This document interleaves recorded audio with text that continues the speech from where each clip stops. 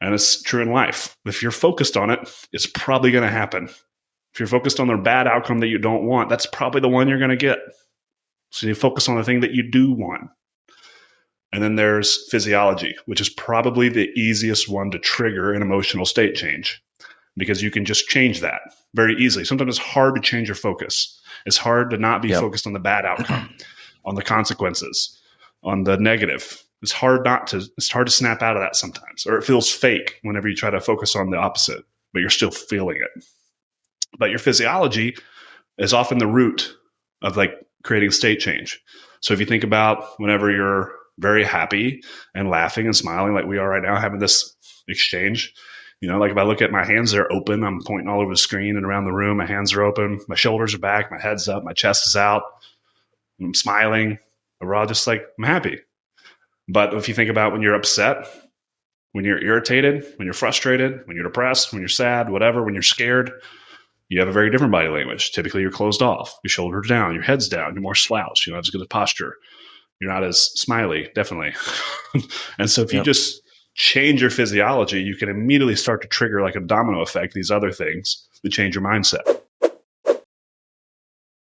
All right, Jason, it is monthly roundup time. Let's kick things off where we dive into some mindset things that we're focused on in the last month or so. It's been a big thing for me that I've been thinking about a lot, going through a lot of transitions. It comes up a lot for folks in relation to doing our jobs as salespeople on a daily basis. I'm sure probably any other role too. Like it makes a big difference for me how I go into sales calls or when I pick up the phone and what kind of conditioning I have going on and a preliminary mindset. So I learned this a long time ago. I was actually at a Tony Robbins conference, and I'm not necessarily the biggest Tony Robbins fan in every. Did you jump up and down and like do the crazy stuff that you see in the videos? Yeah, I did that. I walked on the coals. I did the whole thing. What did you think, by the way, when you were jumping up and down? Were you like into that, or did you feel like it was kind of weird? Like, what did you think? It was definitely weird. Like I am a extroverted introvert, and that like I'm perfectly fine sitting at my house watching Netflix, reading a book, working. That's usually what I do. I usually like throw something on Netflix in the background. I usually just kind of work if I'm home alone. But I don't. I do feel like I'm a big guy. I'm 6'6", so I'm pretty oftenly the largest human in the room. And so like if I would go to like a club, or I don't really go to clubs, but I don't know, like a lounge where there's music and people are dancing. I do not like dancing, even though I actually can dance pretty well. I just don't like to, because I feel like I look like a big goofball. Like I stick out like to the audience, like everybody's looking at me is what I feel like. I get very self-conscious about it. So it's kind of hard for you to blend in. yeah. I wanted to be in the CIA when I was a kid. That just never going to work out. But yeah, no, like even looking across the crowd, the room, there's like 20,000 people in this room. Everybody's jumping, but I can still see over the top.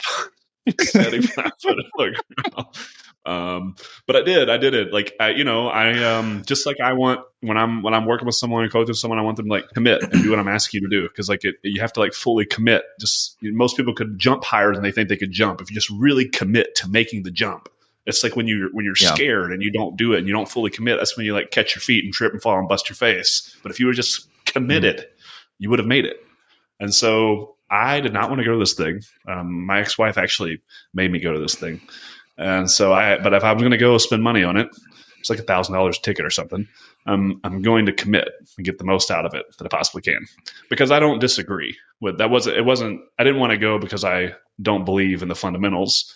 Like I believe your mind's very powerful. I believe, you shape your own narrative and that creates outcomes 100%, all that.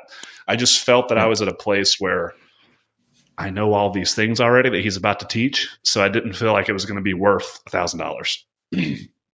That said, it was some of the best money I've ever spent in my life on personal development. Turned out to be very good. So yes, I jumped, I screamed, I hollered, did all the things that they told me to do, and I did it with full commitment. But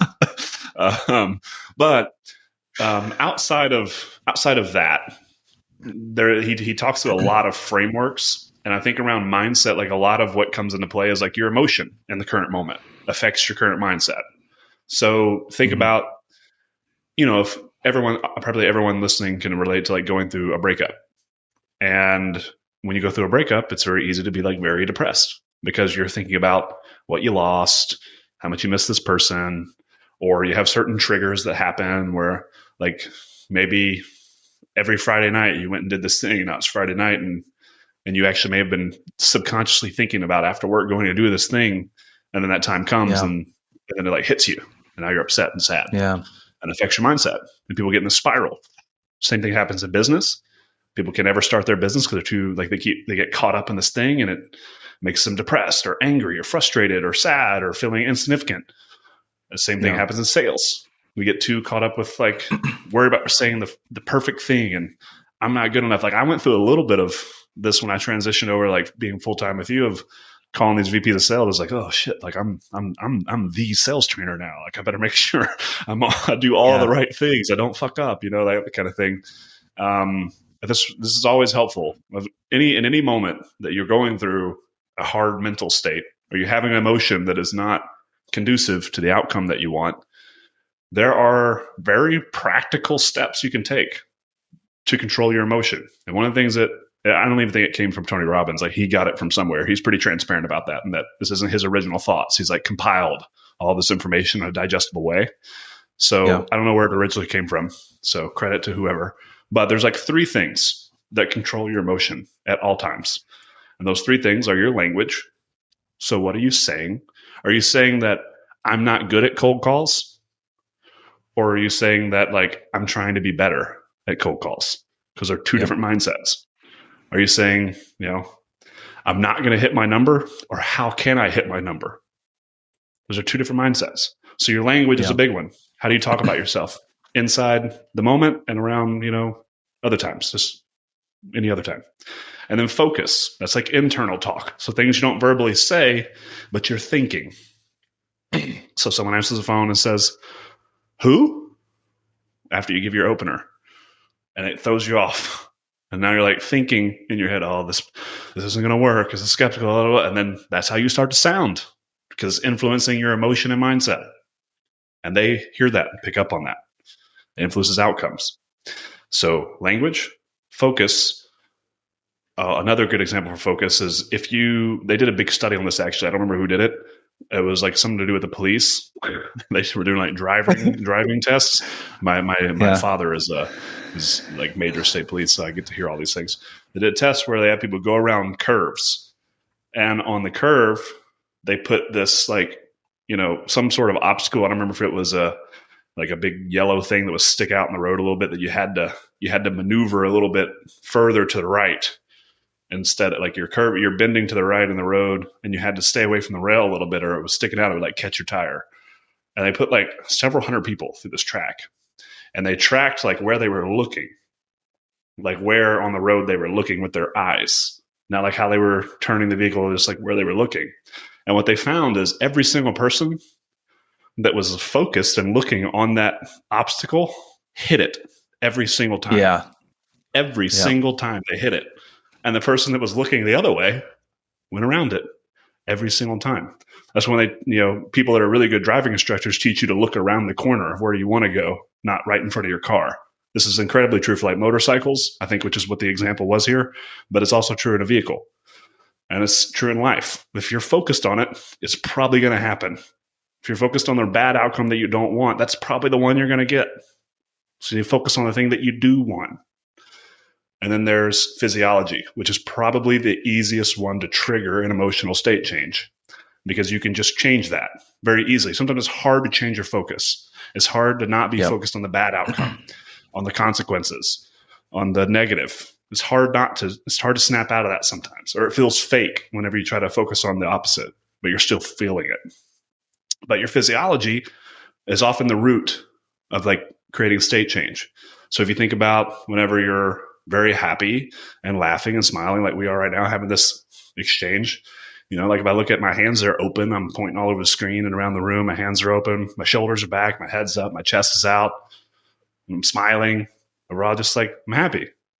But if you think about when you're upset, When you're irritated, when you're frustrated, when you're depressed, when you're sad, whatever, when you're scared, you have a very different body language. Typically, you're closed off, your shoulders down, your head's down, you're more slouched, you don't have as good a posture, you're not as smiley, definitely.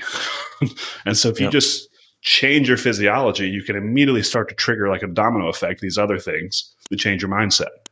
And I don't know about you, Jason, but like I find with a lot of folks that we work with a lot, specifically around cold calling, because that's probably one of the hardest things for people that are uncomfortable with to like start doing. Yeah. If they can just change how they think about it a little bit, their whole world starts to change on the outcomes that they get from cold calling. So I'll pause there. I just threw a lot at you. Where does your mind go when I'm talking about some of this, Jason? Oh, I love this. It goes in a lot of different directions. I think if we start with language, I mean, this is because we talk about call reluctance a lot. There's a whole little framework that we kind of bring people through, and it's this pattern interruption. It's identify the trigger, pinpoint, or identify the pattern, pinpoint the trigger, and that's kind of what I think is super important, is to bring a lot of mindfulness when you're experiencing stuff like this. And the language, I mean, anyone that is trying to create behavior change, it's like the message that you tell yourself. So whether that's stuff you're working on in therapy, or it could be even like physical stuff around your fitness or whatever, like the story that you tell yourself it's everything. It is everything. And if you can really think about pinpointing the trigger, like in a cold call, for example, what is the exact moment in time where you start to feel call reluctance? And then what is it that you're feeling? And what do you tell yourself? And it's what you just mentioned before. It's, oh man, I suck at this. Or I don't know, This Ethan. sucks in general. Yeah. Or Ethan, I'm about to call Ethan. You have like a serious face on your LinkedIn profile picture. Like you might be like, oh God, like he looks pretty intense. I do have a serious picture of my profile. But you play all these games with yourself, and in your head. And I think it's not even thinking in a positive way. It's just shifting the message into something that's a little bit more helpful for you. I'm learning versus I suck. And little stuff like that makes a huge difference. I think the focus one it's definitely the hardest one. It's definitely the hardest to like bring your attention to something. But the physiology thing is really interesting to me because I forget who did the study, but it was an article that Fast Company had, and what they had was a heat map, and they showed people their body heat. It was like a thermal scan of people experiencing different emotional states. And you know how, yeah, it's really cool. So, for me, whenever I feel lonely, and I think about a very specific time in high school, it was the first girl that I broke up with, my ex, and I remember this like tightness in my chest and this like hollowness almost in my chest. And I was looking at that heat map, and you know what? Loneliness, that emotion, a lot of people feel a lot of tension in their chest. When you're feeling a lot of anxiety, sometimes people feel pressure in their forehead. And your body is having a physical reaction, to this stuff. And it's just really interesting. But there's all kinds of little stuff, to your point, where you can kind of snap yourself out of it. I mean, some of the things that I do, last 30 seconds of the shower is a cold shower. That always wakes me up and makes me feel really good. If you're feeling really anxious, there's a trick, sticking your face in ice water, something that you can do that really just kind of shocks you a little bit. And it gets you thinking about your face and how cold it is versus whatever it is that you're feeling. Dude, all this stuff's really simple. Exercise, standing up when you're calling versus sitting down. And the thing that came to mind for me too when you were talking was just paying attention to those physical cues, like the stuff that you're feeling. I went and spoke at a SKO like a month ago, and like one of the things that I feel when I get anxious is my heart usually starts racing, and my hands get really sweaty. And I know that when I'm feeling those things, I can say I'm really anxious right now. The narrative I tell myself is, oh, my body is like getting ready for this moment right now. Like I'm getting pumped for this moment, same with snowboarding. I was actually talking to Sarah about this yesterday, and she was like starting to go really fast on the snowboard. And there's a lot of adrenaline that comes with that. If you're not used to feeling a lot of adrenaline, it might freak you out a little bit. And it's just like, again, the message you tell yourself, oh God, I'm anxious, I'm freaking out. Or is it, oh, my body is preparing me to do this. Like my body's doing what it's supposed to do right now. And let's just be really present and remember to breathe. And that would be the last one I would share on the physiology pieces. I think it's so easy you're so in the moment in a cold call, or you get a really hard objection in a sales call and you're like, oh, I'm not breathing right now. Like I'm taking really shallow breaths, and just making sure that your brain is getting oxygen. There's just all kinds of little stuff that you can do to control your emotional state or get a better handle, I guess, on your emotional state. Yeah. I'll add in one more fun trick here. You might feel ridiculous doing things like this, but a lot of us have things that we normally physically do when we're excited. And I love what you said about saying like I'm anxious, like, oh, I'm getting ready for this. Like Simon Sinek has a very famous talk he talks where he interviews Olympic, athletes and said leading up, like, are you nervous? I said, no, I'm excited. Like it's just associating those things with a different emotion.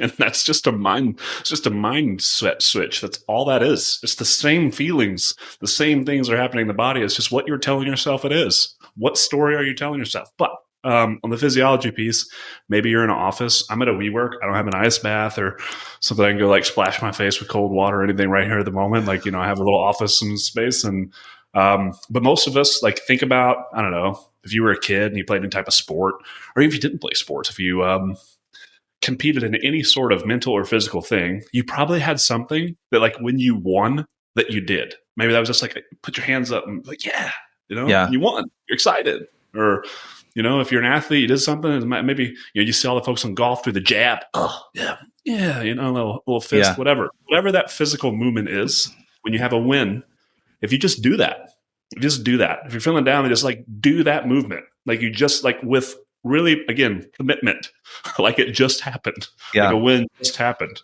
and then all of a sudden you start to feel different. That's something you can do at an office. You don't even have to be loud with it if you don't want to. I like to beat my chest a little bit. It gives me gives me that shock that you're talking about with like, like something's happening here. If I'm feeling down, all types of things you could do. But physiology is a big one. So if you find yourself feeling uncertain of anything, if you just think about, hey, what am I focused on right now? What should I be focused on? What positive thing could I be focused on here? And like, how am I talking about this? Whether it's in your brain or out loud. Like, how am I talking about what's happening?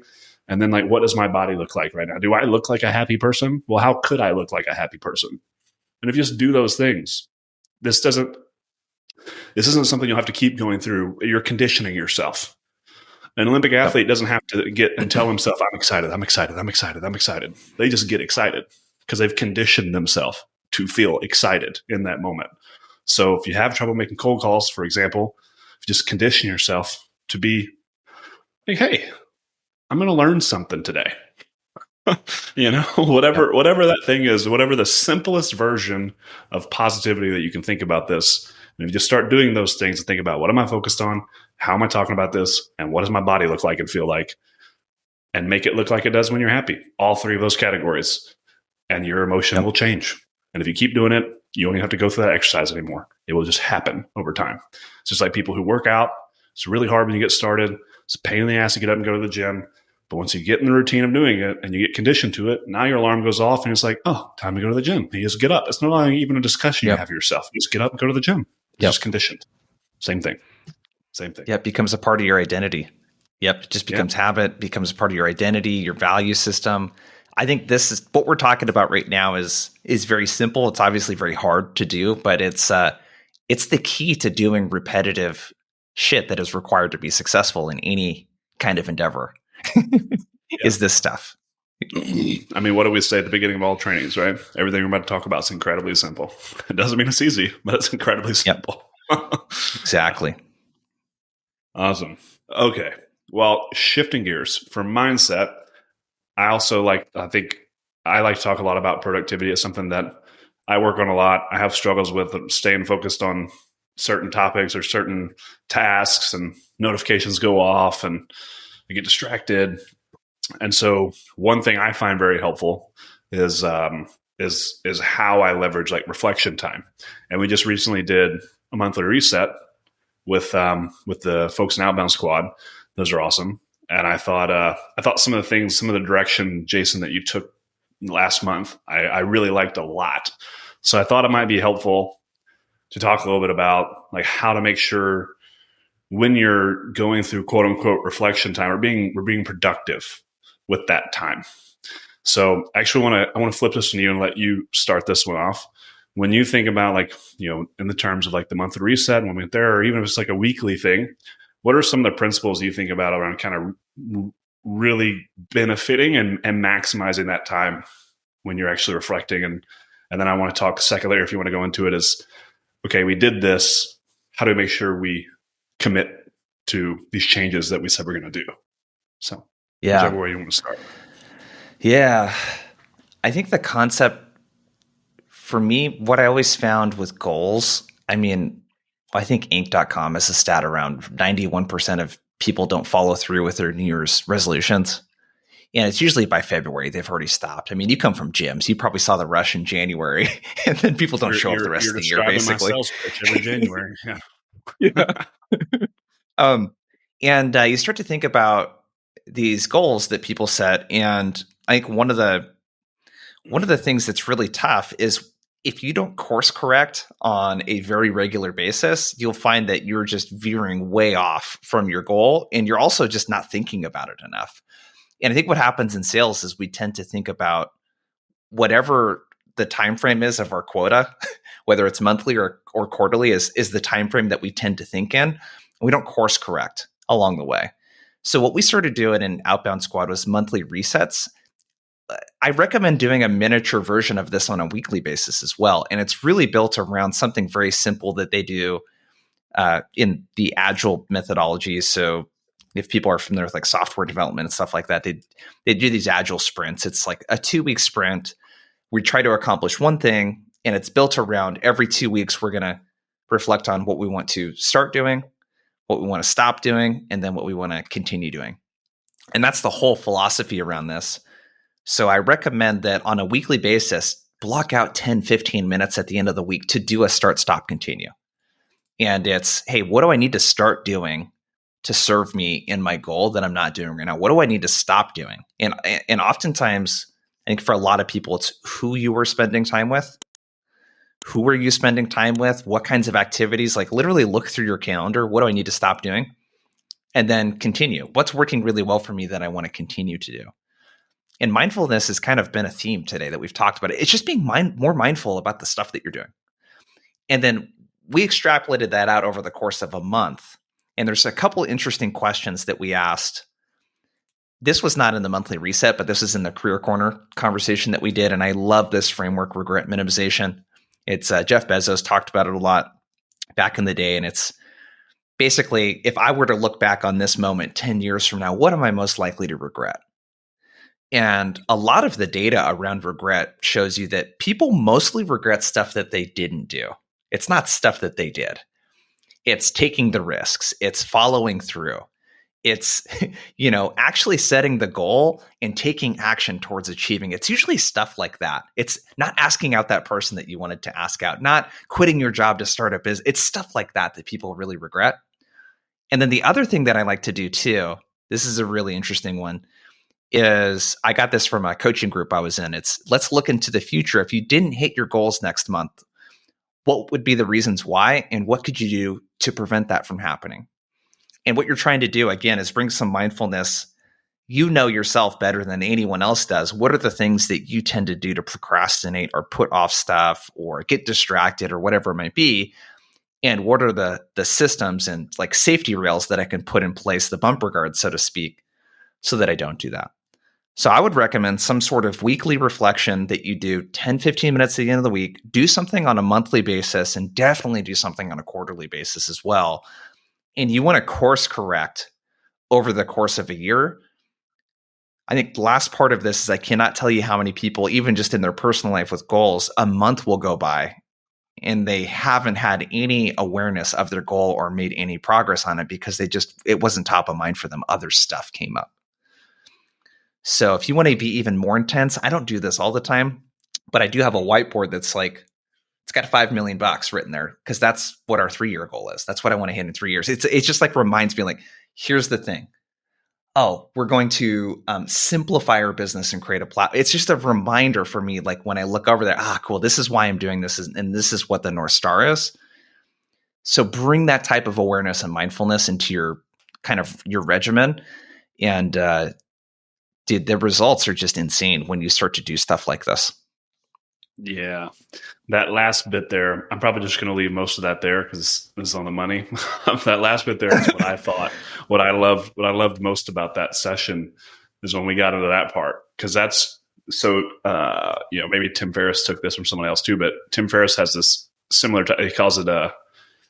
I can't remember, something around fear, but essentially like minimizing. Oh, fear setting. Fear setting. Yeah, he has the same fear thing. setting. So it's like write down in one column, what are the things that are like holding you back, that like things are stopping you, the blockers, like why aren't you doing this thing? And then like in the next column, it's like what's the worst possible outcome here? If you were to do this thing, what's the worst possible outcome? And then the third column, like what could you put in place to like prevent or minimize that? And like when you actually go through that, there's very rarely a situation where like you don't have an answer for that column 3, because to your point, you know yourself, those things that tend to get in the way. So I love that, because I'm guilty of this. I will think about what went well, what didn't, what things need to change, but then I haven't historically taken to that step of like, okay, what might get in the way from preventing me from doing what I'm thinking about doing right now. So I thought that was like super handy dandy and like effective and simple to think about. And it takes away some of the fear there of like the commitment that you made of like feeling better about it. I was like, oh, you know what? The reason why that puts off is because I have it scheduled for 4 p.m. on a Wednesday. Like maybe I don't schedule it for that time anymore because I typically don't feel like doing it right there. Yeah. I just change the time that I'm going to do this thing. Something as simple as that. So I loved that piece.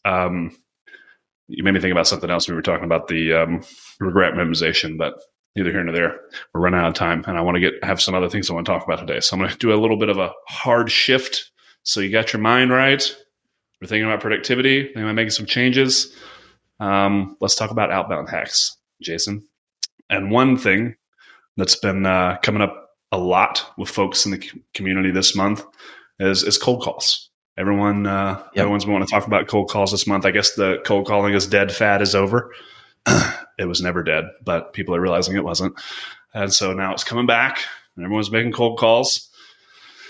And I see this simple phrase trip up reps more than just about anything else on cold calls. And it's whenever I pick up the phone, I say, hey, Jason, this is Ethan Parker. How you been? And Jason says, who's this?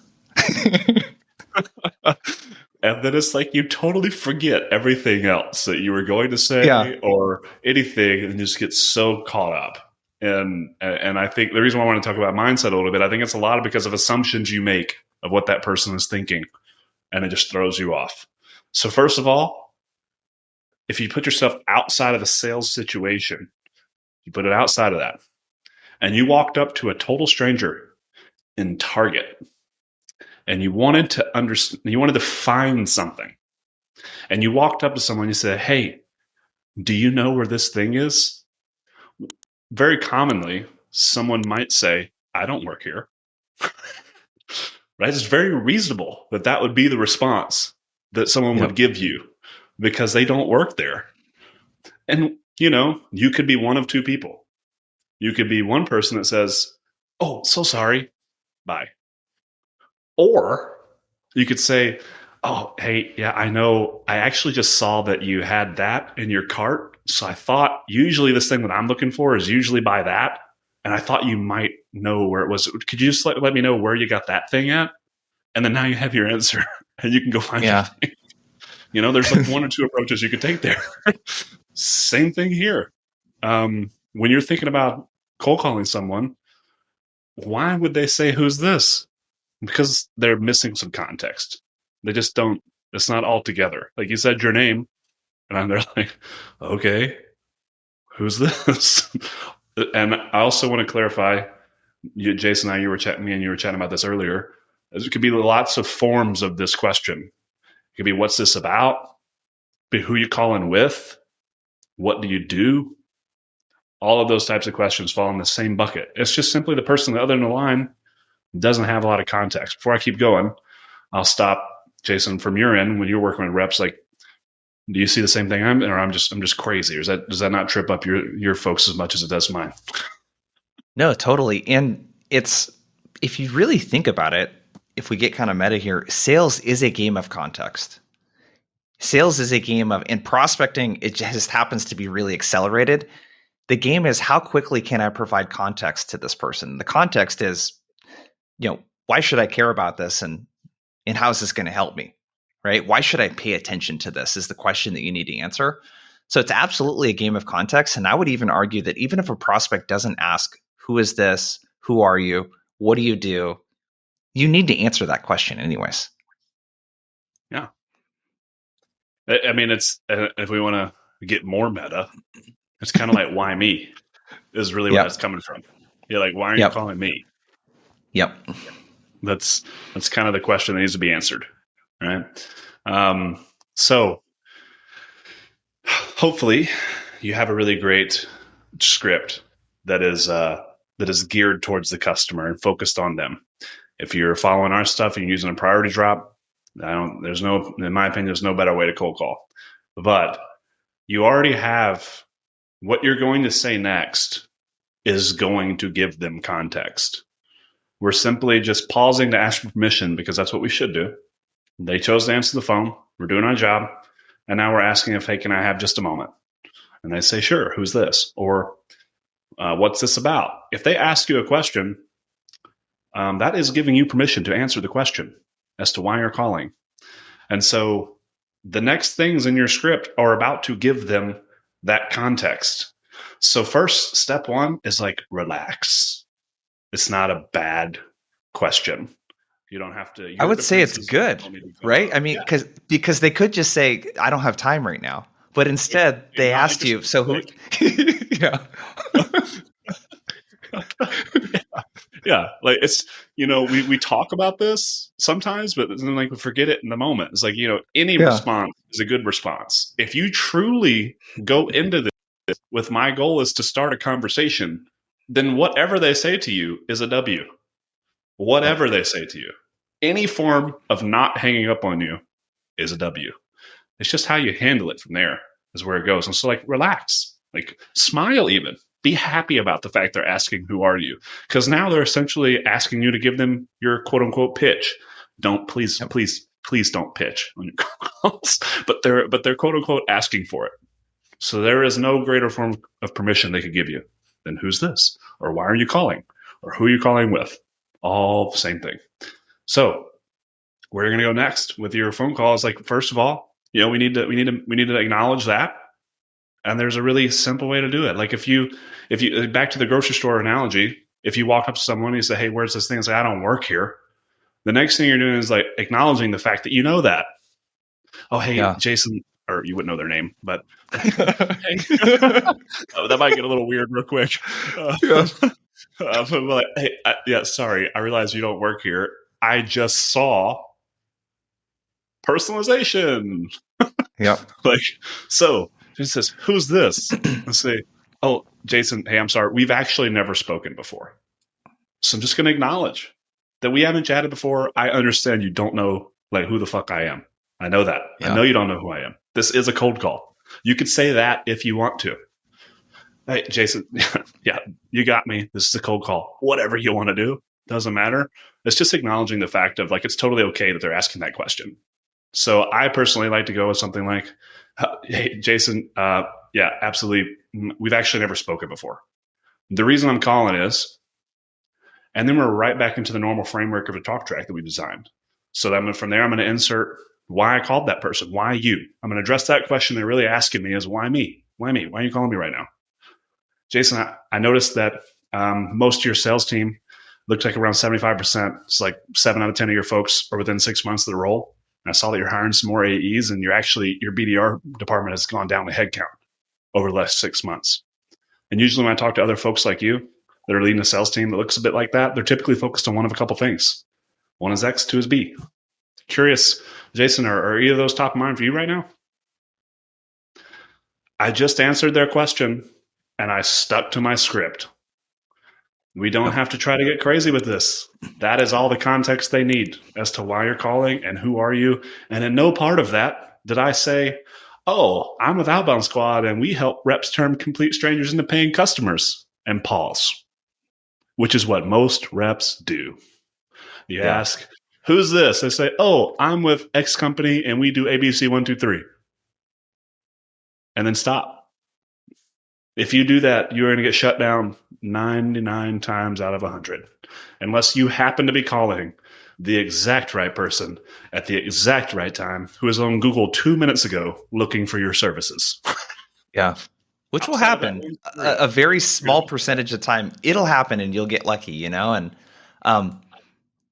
if we bring it back to the word context, what's the quickest way to explain something to someone? It's to explain it through their world. You know, I always go back to Steve Jobs. I don't know if you've seen the keynote he did to launch the first iPhone.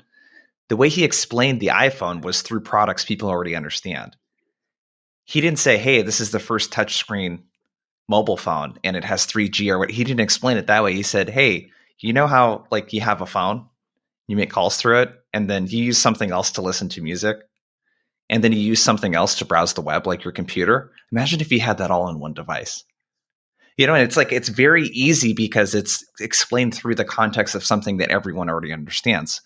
And the best way to explain why you're calling is through the context of what the other person, people like them, tend to be focused on and working on. It's the quickest way to answer that question. That's what you're trying to do, is like minimize the amount of time of like confusion from the prospect. And this is just the quickest way to do it. Yeah.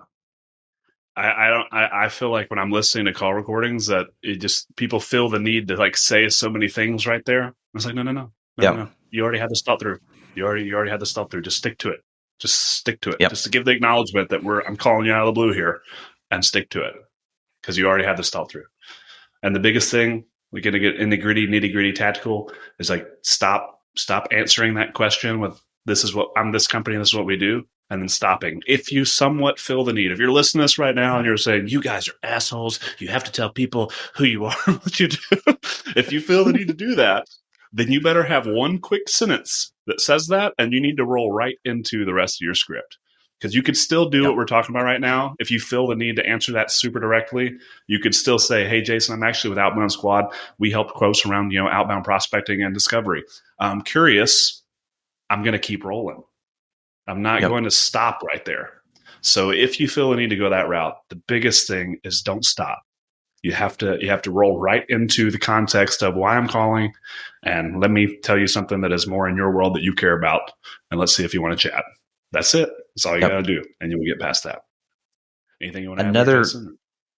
Yeah, one quick exercise I would recommend doing, this is a great thing to do with your sales team, is say, how would you answer the question, what does blank company do? And you let your team answer, and they write it down. You say, now I want you to answer that same question, but through the lens of your customer. So the question I want you to answer now is, if your best customer was explaining what you do to a potential prospect, a potential customer, how would they explain it? And the difference is usually what we're talking about right now. It's less solution, analytics, dashboards, the all-in-one, the premier. You remove all of that language and it tends to be very simple. It's like, yeah, you know how we have this really common problem where we can't get AEs to like prospect enough and self-source pipeline? Like, they really helped us with that. That's it. That's all they would say.